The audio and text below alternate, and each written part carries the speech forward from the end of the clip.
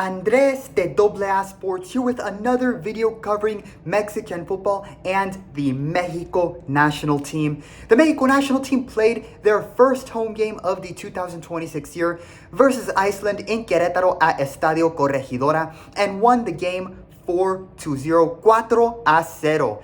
It was a dominant performance by this team, which had everything that head coach Javier Aguirre and the Mexico fans who attended in huge numbers wanted to see.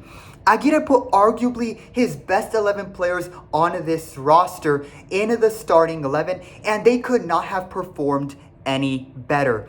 They scored 2 goals in the first half and 2 goals in the second half. Hormiga Gonzalez, arguably the main player to watch in Mexico's offensive front, scored his first goal for Mexico and got an assist in the game as well. Richard Ledesma and Brian Gutierrez also scored their first goals for Mexico in this game. And Diego Campillo and Jesus Garza made their national team debuts as well. And while this game was not against a big team like the ones they will play in March, this was a dominant win for Mexico that helps the national team build up confidence and momentum for their next games in March. It is also their first win in their 2026 World Cup home jerseys while playing at home in Mexico at Estadio Corregidora, and that is always great to see as well. Final score, Mexico won 4-0 versus Iceland. The Mexico national team won in a dominant fashion in Estadio Corregidora. With that, here are the Mexico national team's grades for this game. Goalkeeper, A. Talarangel for the third straight game was the starting goalkeeper for Mexico, and while it was a little disappointing to not see Acevedo get an opportunity to play, I will give credit to Talarangel as he had a good game and a much better performance than what we have seen from him in the past. He made one really good save on a dangerous opportunity that came on a turnover by Everardo Lopez, and while he did again have a couple of moments where he nearly held onto the ball for too long, outside of that, he played well and went through the motions without making a major mistake. This was possibly his best performance for Mexico so far. Center backs, B+. Israel Reyes and Everardo Lopez were the starting center backs in the game, and both had a shaky start. Everardo Lopez was probably the worst defender on the field, unfortunately, and had a very shaky first half where he had 2 bad turnovers with the ball, with one resulting in a dangerous opportunity for Iceland that was stopped by Talarangel. Fortunately, once he got settled into the game, he played much better and had a clean game in the second half, where he went through the motions well without any other major mistakes. He went through the motions well in the second half without making any other mistakes or having any other bad turnovers. While Israel Reyes didn't have any bad turnovers with the ball, you can say similar things for him that were also said about Lopez. He also looked a little shaky in the first 15 minutes of the game, but once he got comfortable in the game, he was solid on the field. Both Lopez and Reyes played the full 90 minutes, and in the second half played well to close out the game for Mexico. Diego Campillo and Jesus Garza, who are versatile defenders, both made their national team debuts in this game, entering in the second half as defensive substitutions, and both did well going through the motions with the team to close out the game for Mexico, and making sure Iceland didn't even get a late garbage time goal. Great to see both of them get playing time and play in their first ever games for the national team. Fullbacks, A+. Richard Ledesma and Jesus Gallardo were the starting fullbacks, and they both had excellent performances in the game. Richard Ledesma scored Mexico's first goal of the game off an assist from Hormiga Gonzalez. It was a great header for his first goal for Mexico. In his first 3 games for Mexico, he has been excellent. At this point, the excellent form of Ledesma and Julian Araujo with Celtic should make Javier Aguirre forget about Jorge Sanchez, because there are 2 right backs who are better than him. As for Jesus Gallardo, he was arguably the best player for Mexico in this game. For the first time in a while, he was not only good defensively like he usually is in Javier Aguirre's system, but he also contributed offensively. He was consistently getting open to receive the ball and provide crosses and passes into the box area from the left side and was the one who initially created the play that resulted in Mexico's first goal. He also provided the assist to Hormiga on Mexico's second goal. Then, in the second half, he scored a great header goal off a corner kick to put Mexico up in the game 3-0, 3-0. While fans might have mixed opinions about Jesus Gallardo, you have to give him credit as he had a very good performance in this game. Now, the debate about whether or not he should start over Mateo Chavez in the World Cup still exists, and in my opinion, I would still start Mateo Chavez instead of Gallardo. However, Jesus Gallardo in this game showed exactly why, well, it is unsure if he will be the starting left back in the World Cup. He will be on the World Cup roster in the summer without a doubt because he still fits in and performs well in Javier Aguirre's system and style of play. Midfielders. Eric Lira was the starting defensive midfielder, and Marcel Ruiz and Brian Gutierrez started alongside him. In the first 15 minutes of the game, they looked a little outside their element, but like the center backs, once they got settled into the game, as a unit, they played well. Eric Lira had a very solid game as the starting defensive midfielder with 1 tackle won, an interception, and 9 recoveries of the ball.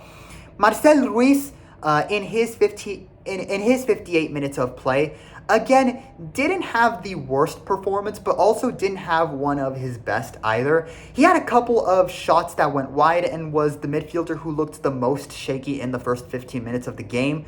Well, he got comfortable in the game and played better after the first 15 minutes. You can see that his good form has decreased a little bit. Not ideal, but he was still decent and didn't make any major mistakes. Alexis Gutierrez, Eric Sanchez, and unfortunately, Tronco Rodriguez, they were the 3 midfielders who entered the game in the second half as substitutes. Starting off with Tronco Rodriguez, he went through the motions and was again non-existent at best. Fortunately, he wasn't a major liability and he didn't make costly mistakes, but given he was one of just 2 players who you can say were bad or non-existent in this game, it is very clear that the team is better off without him. They need to do what they did in November and stop calling him up. Eric Sanchez, in his 32 minutes of play, only touched the ball 12 times with 2 ball recoveries and winning 3 ground duels. At that point, when he entered the game, the team was mainly just trying to hold on to ball possession and go through the motions to close out the game. And while he didn't need to do much in the game, he did well playing his part in this regard. As for Alexis Gutierrez, he was arguably the best of the 3 midfield substitutions. He provided a great assist to Jesus Gallardo for Mexico's 3rd goal off a corner kick. While he is not considered a long-term player or one that is competing for a spot in the World Cup roster, he was mainly called up to, complete the roster for this game. It's still great to see him make the most of this opportunity he was given to play for Mexico. And best for last in this midfield segment of the grades, attacking midfielder Brian Gutierrez. Que partidazo. What a game. He was the best midfielder on the field in this game. He was very active offensively, credited with 6 chances created. He also had 3 shots on target and 3 other shots that were blocked by Iceland's defenders. There were several times where he almost had a goal, and it felt like it was coming for him. Sure enough, in added time, he capitalized on a bad turnover by Gunnjalsson and went on to put a great finishing shot on a one-on-one play against the goalkeeper to score the 4th goal and his first goal for the Mexico national team. Both him and Richard Ledesma in their first 3 games for Mexico have been absolutely incredible. They've been excellent.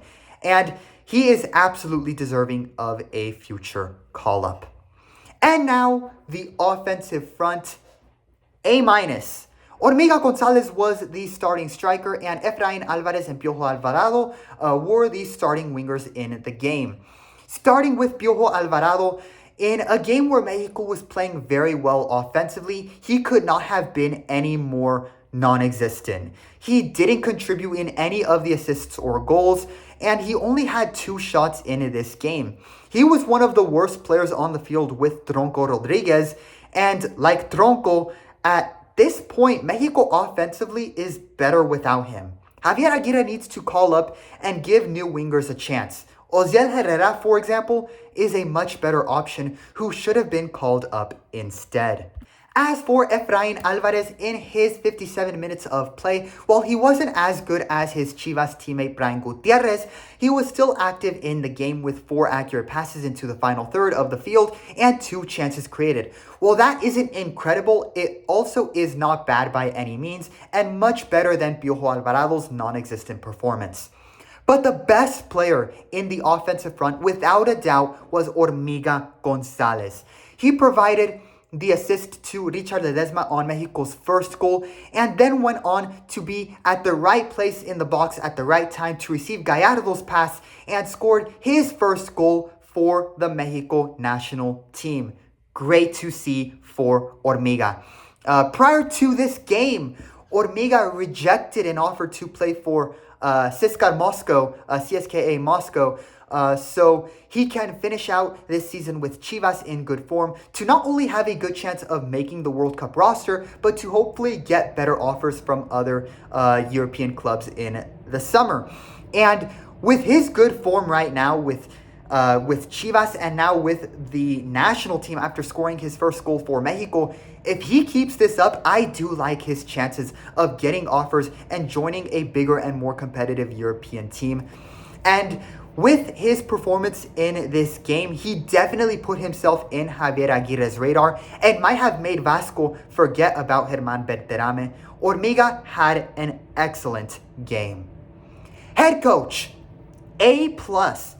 Granted, this is not Javier Aguirre's ideal roster, as Raúl Jiménez, Johan, and Edson Alvarez were not part of the roster for this game. However, Aguirre did a great job putting the best players in this roster in the starting lineup for the game. He set the team up in a style of play where they were also able to be more active offensively, and it could not have worked out better.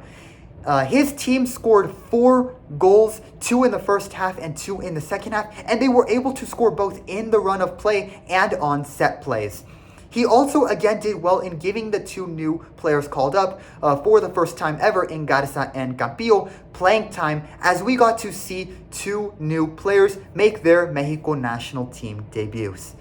In Mexico's 3 games so far in the 2026 year, this was Aguirre's best result and coaching performance, and the best the offensive front has looked in the last 5 games. Look for him to continue calling up Hormiga, Gutierrez, Gallardo, and Ledesma, who all played well in this game and surely impressed him. Final score, Mexico 4, Iceland 0. The Mexico national team won in a dominant fashion in Estadio Corregidora and got their first win in their 2026 World Cup home jerseys while playing at home this time in Mexico. A great winning result for the team. And with that, for an overall team grade for this game, I am giving the Mexico national team an A grade. While it is true that this wasn't a big win against an elite team like the ones they will play in March, this is still a great result that will help the national team build up confidence and momentum for their next games in March. And it was a dominant performance by this team, which had all the positive things that head coach Javier Aguirre and the Mexico fans who attended in huge numbers at the stadium that they wanted to see. Andres de AA Sports, that will be all for this Mexico national team video.